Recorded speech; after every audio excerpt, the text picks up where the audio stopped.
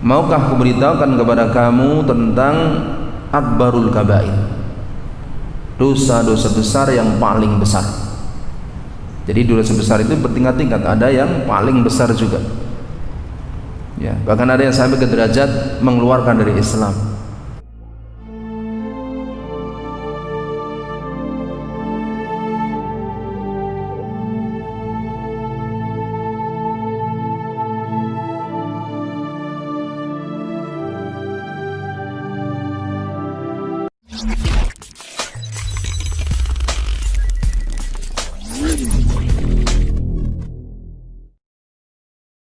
Halaman 102 ya, tentang jauhilah dosa-dosa besar.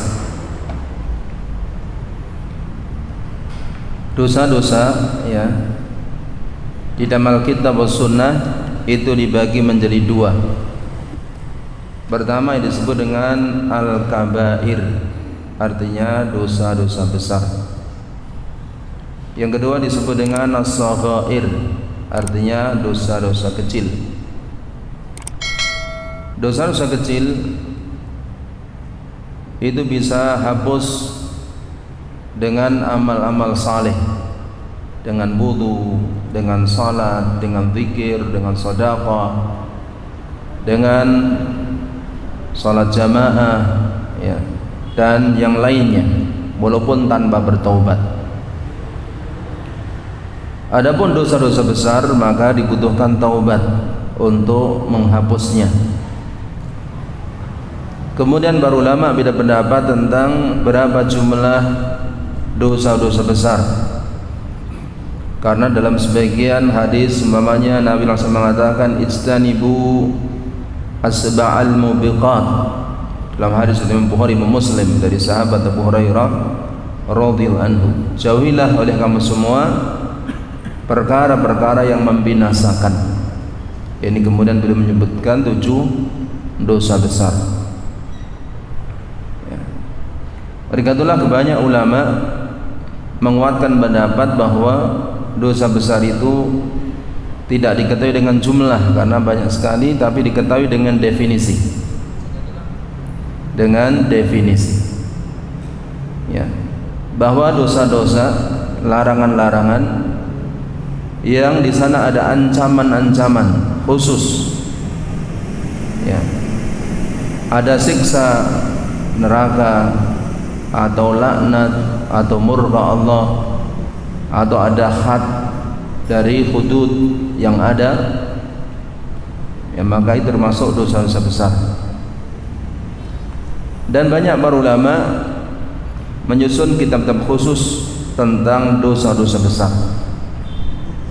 Di antara yang paling terkenal karya Imam Syamsuddin Adz-Dzahabi rahimahullahu taala yang berjudul Kitab Al-Kabair, artinya dosa-dosa besar.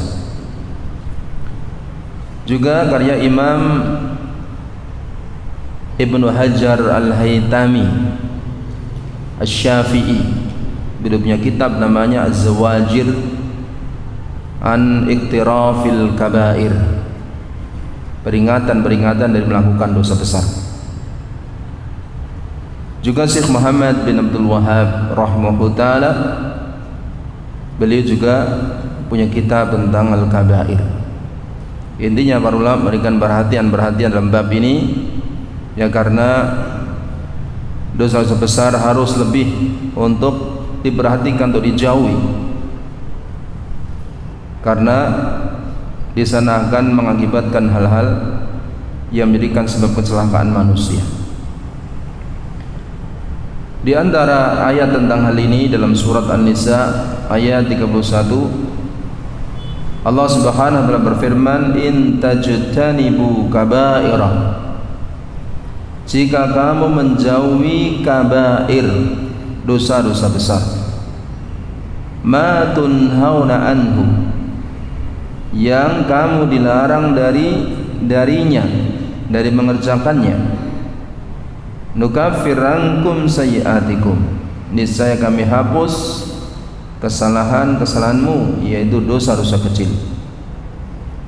wa nudkhilkum mudkhalan karima, dan kami masukkan kamu ke tempat yang mulia, yaitu surga Allah Subhanahu wa taala. Di dalam ayat ini Allah Ta'ala menjanjikan bagi kaum muslimin yang menjauhi dosa-dosa besar, maka dosa kecil mereka akan dihapuskan.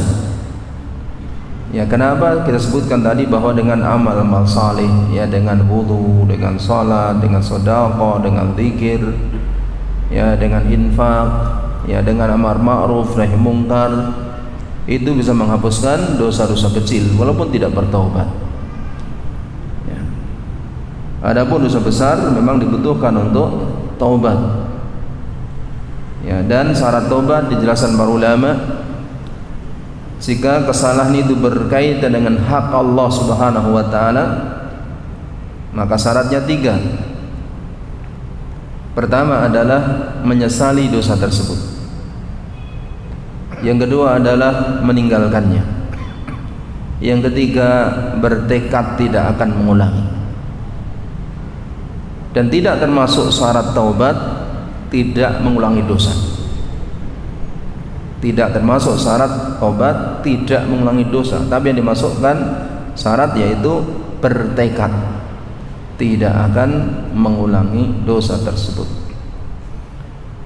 Jika dosa berkaitan dengan hak sesama manusia, seperti mengambil barang orang, merusak barang orang dan semacamnya, atau berhutang, maka harus diselesaikan urusan dengan orang tersebut.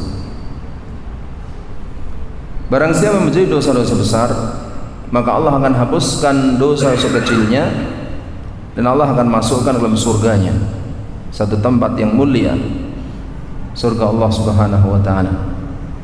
Dan semoga Allah masukkan kita dalam surganya dengan rahmatnya, dengan karunia-Nya. Kemudian dosa-dosa besar itu pun bertingkat-tingkat, ya, bertingkat-tingkat. Ya. Sebagaimana nanti insyaallah juga akan sebagian akan disebutkan di sini di antara contoh-contohnya. Dalam hadis dari Imam Al-Bukhari dan Muslim dari sahabat Abu Bakrah Ats-Tsaqafi radhiyallahu anhu, Nabi SAW pernah memberikan keterangan kepada para sahabatnya dalam keadaan bersandar.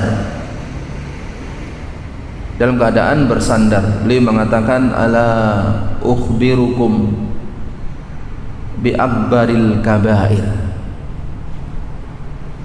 Maukah aku beritahukan kepada kamu tentang akbarul kabair, dosa-dosa besar yang paling besar. Jadi dosa besar itu bertingkat-tingkat, ada yang paling besar juga. Ya, bahkan ada yang sampai ke derajat mengeluarkan dari Islam, yaitu syirik, kufur, nifaq, murtad. Kemudian Nabi SAW mengatakan al-israfu billah, menyekutukan Allah Subhanahu wa taala. Ini dosa besar yang paling besar, disebutkan pertama kali. Wa uququl walidain, durhaka kepada kedua orang tua. Wa syahadatu zur, dan persaksian palsu. Kemudian setelah itu beliau duduk dan mengatakan ala wa qawlu zur, ala wa qawlu zur. Ingat, termasuk perkataan palsu. Perkataan palsu. Fala yazalu yukarriruha hatta qulna laitahu sakat. Sahabat mengatakan Nabi SAW mengulanginya sampai kami mengatakan seandainya beliau berhenti. Ya. Dengan sebabkan kasih sayang para sahabat kepada beliau, atau beliau memberikan penekanan tentang hal ini. Seperti disebut oleh Hafidz Ibnu Hajar Al-Asqalani rahimahullah dalam Fathul Bari Syarah Sahih Bukhari, yang beliau menjelaskan bahwa Nabi SAW mengulang-ulanginya karena dusta ini dosa besar yang paling besar termasuk, tetapi ini banyak dilakukan oleh orang, banyak faktornya, ya, banyak faktor orang berdusta, mudah orang lakukan, maka beliau mengulanginya sebagai bentuk peringatan kepada umat. Ya. Kemudian di sini disebutkan sebuah hadis yang sahih, sabda Nabi SAW, ittaqil maharima takun abaddan nasi. Ittaqil maharim, jauhilah perbuatan-perbuatan dilarang oleh Allah Ta'ala. Ittaqi itu arti asalnya adalah jagalah dirimu, ya, dari kata taqwa. Taqwalah, jagalah dirimu, ya, jangan melakukan al-maharim, hal-hal yang dilarang oleh Allah Subhanahu wa Ta'ala. Takun a'badan nas, niscaya engkau akan menjadi orang yang paling banyak ibadahnya kepada Allah Subhanahu wa Ta'ala. Ya. Ini diantara wasiat Nabi Sallallahu Alaihi Wasallam. Ya, beliau memberikan beberapa wasiat, beberapa kalimat, ya, kepada sahabat, ya, yang waktu itu diterima oleh sahabat Abu Hurairah radhiyallahu anhu. Dan di antara yang beliau sampaikan, ya, beliau sebutkan di sini, ya, ittaqil maharim takun abadan nas.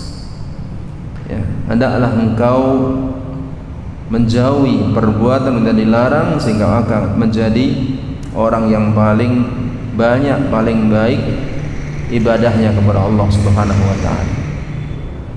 Ya.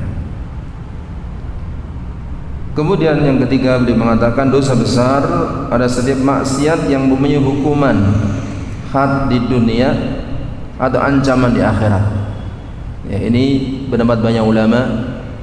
Seperti kita sebutkan tadi bahwa dosa besar tidak diketahui dengan jumlah karena banyak sekali, ya. Kalau antum biasa baca majalah sunnah, ya, pernah ada rubrik al-kabair, ya. Kita tulis di sana satu persatu dengan dalilnya, dengan penjelasannya, nukilan para ulama, ya, sampai sekitar 70-an mungkin, atau 60-an, 70-an.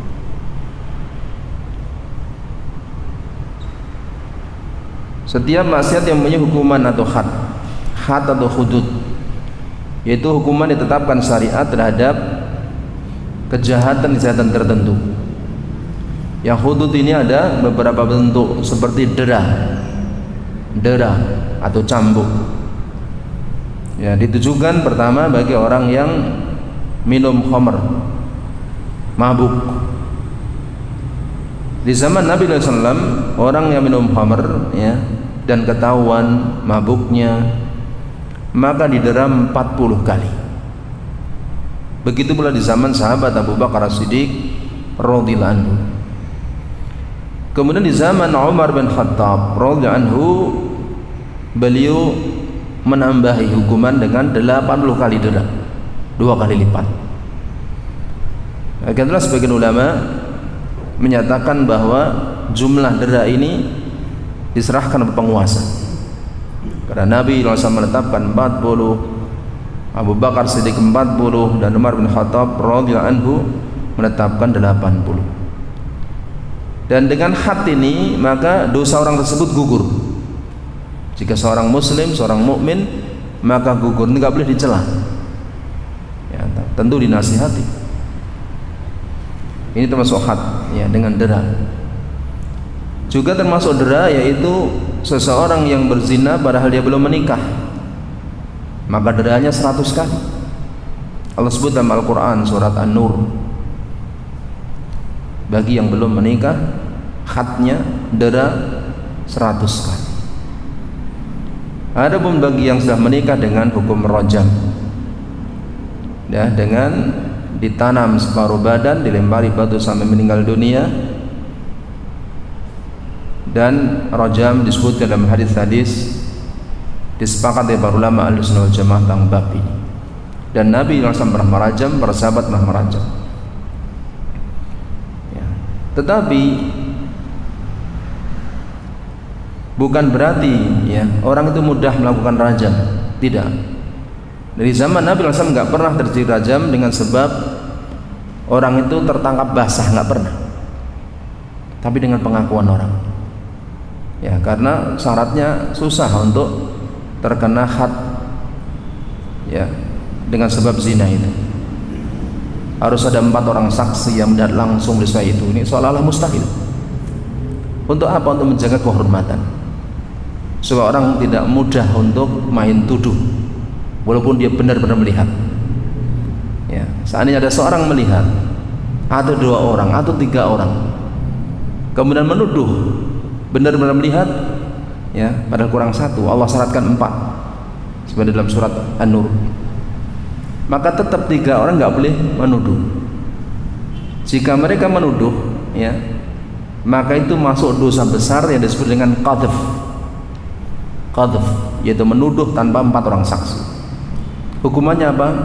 Qadhf ini, qadhf dosa besar juga, 80 kali dirham. Ya, ada beberapa sahabat pernah didera karena qadhf di zaman Khalifah Umar bin Khattab radhiyallahu anhu. Itu diantaranya dera, itu hukum had yang ditetapkan oleh syariat. Kemudian juga hukum potong tangan bagi orang yang mencuri dan mengambil barang orang yang disimpan dan sampai nisab dan tidak ada sebab-sebab yang menghalangi had tersebut, umpamanya karena lapar, ya, terpaksa mencuri, ini nggak boleh di-had, nggak boleh dipotong tangan, ya. Dan itu ada nisabnya, ya. Pencurian yang kena potong tangan ada nisabnya, ya, dengan potong tangan, ya, dengan dera. Kemudian juga ada dengan rajam tadi, ya. Kemudian ada yang disebut dengan qisas, balasan yang setimpal, ya. Barang saya mematahkan gigi orang lain, dia pun dipatahkan juga giginya. Jadi qisas namanya. Barang saya melukai orang lain, dia pun dilukai dengan luka yang sama. Barang saya membunuh orang lain dengan tanpa hak, maka dia dibunuh juga. Ya, namanya qisas. Ini Allah syariatkan dalam Al-Quran, juga dalam kitab Taurat. Ini termasuk hudud.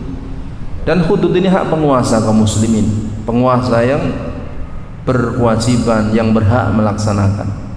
Tidak boleh orang main hakim sendiri, karena bisa jadi salah, ya, dalam menghukumi. Maksudnya ini mungkin nggak melakukan tapi kena hukuman, atau nanti akan ada kekacauan, ya, keluarga yang kena had nggak terima, terjadi kemudian keributan, kekacauan. Oleh karena diserahkan kepada waliul amr, kepada penguasa kaum muslimin. Jika mereka tidak melakukan, ya, sedangkan mereka mampu, maka mereka yang akan ditanya di hadapan Allah Subhanahu wa taala. Kemudian yang keempat, jumlah dosa-dosa besar oleh Ibnu Abbas radhiyallahu anhu disebutkan berjumlah sampai 700 macam, lebih dekat daripada 7 macam. Apa maksudnya? Ya, kita sebutkan tadi hadis dari Imam Bukhari, Imam Muslim, yang mana Nabi SAW mengatakan ijtanibu sab'al mubiqat, jauhilah oleh kamu 7 dosa yang membinasakan. Dari sini maka sebagian orang mengatakan berarti jumlahnya 7 dosa besar itu. Syirik, ya, kemudian sihir, kemudian riba, makan harta anak yatim, ya, kemudian lari dari medan perang, menuduh orang yang berzina padahal dia tidak berzina, ya. Tetapi beliau mengatakan di sini lebih dari itu. Mari kita sebutkan tadi.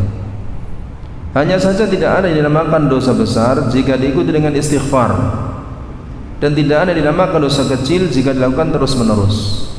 Ya, apa maksudnya? Maksudnya jika orang melakukan dosa besar kemudian bertobat dengan istighfar, mohon ampun kepada Allah, ya, kemudian dengan syarat tobat tadi, maka nggak ada lagi nama dosa besar. Kenapa? Karena Allah sudah hapus. Dengan tobat itu Allah hapus.